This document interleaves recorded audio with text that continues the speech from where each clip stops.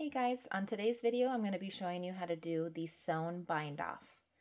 What we use the Sewn Bind Off for typically is for binding off our work when we want it to mimic the cast on that we have. And in this sample I have a tubular 1x1 rib cast on.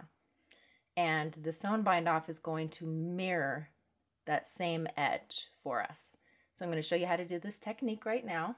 The first thing we want to do is we want to have scissors and a tapestry needle handy. This is how we're going to be doing our Sewn Bind Off. And the first thing you'll want to do is when you're ready to do your bind off, you want to finish on a wrong side row.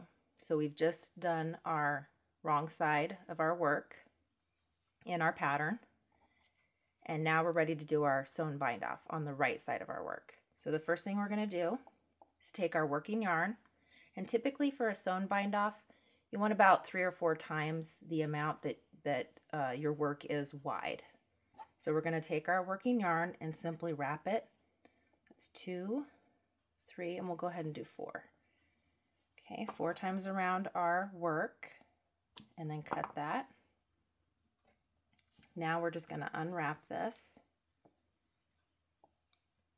Okay, and the next step is going to be to weave our working yarn through our tapestry needle.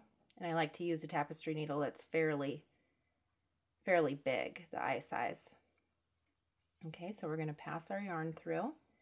And for the Sewn Bind Off, I like to leave a generous amount. I like to go almost halfway with my needle, as you can see here.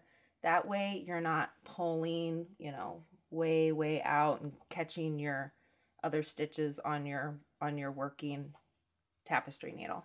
So this will just make it a little easier to manage.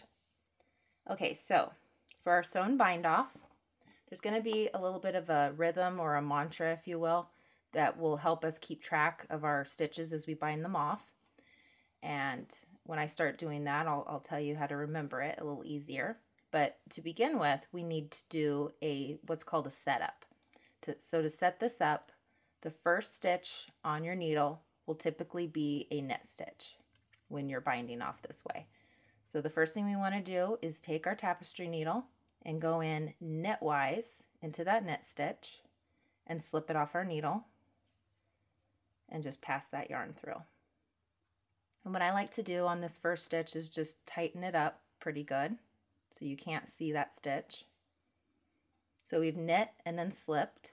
Now the second step is to pass our needle through our second stitch on our left hand needle, purlwise, and then pass that through and leave that stitch on the needle. So we've knit, slipped, and then purled.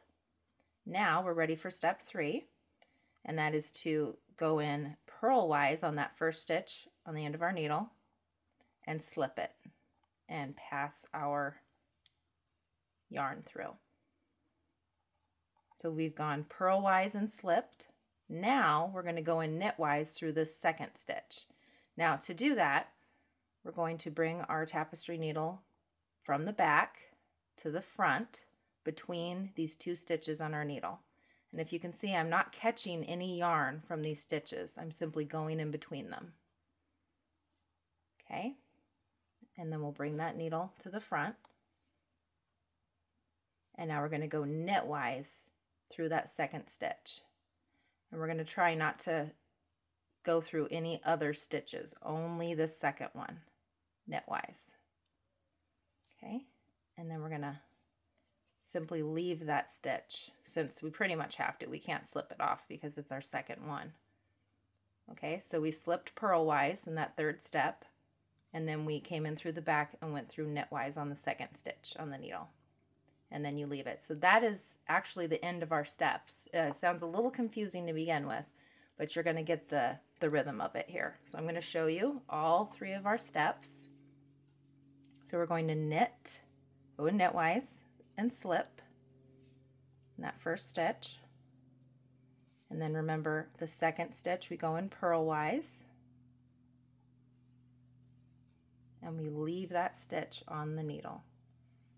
So knit, slip, purl, Now we go in purlwise through the first stitch and slip. Then come in through the back in between those two stitches. And instead of bringing the needle all the way through, you can kind of rotate the needle to go in knitwise into that second stitch. And remember, that stitch stays on the needle. So knit, slip, purl, purl, slip, knit. So we're going to start that over. Knit, slip, purl,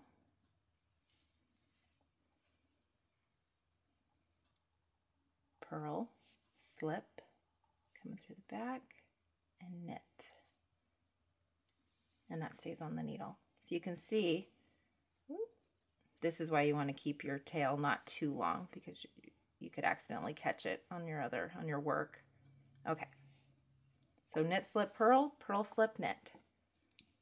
And if you lose your place, honestly, I have at this point, so you want to look at your work, and the very first stitch on your needle is going to be a knit stitch. So that's how you know you're ready to start that little repeat. So again, that's knit, slip, purl, purl, slip, coming through the back, and knit.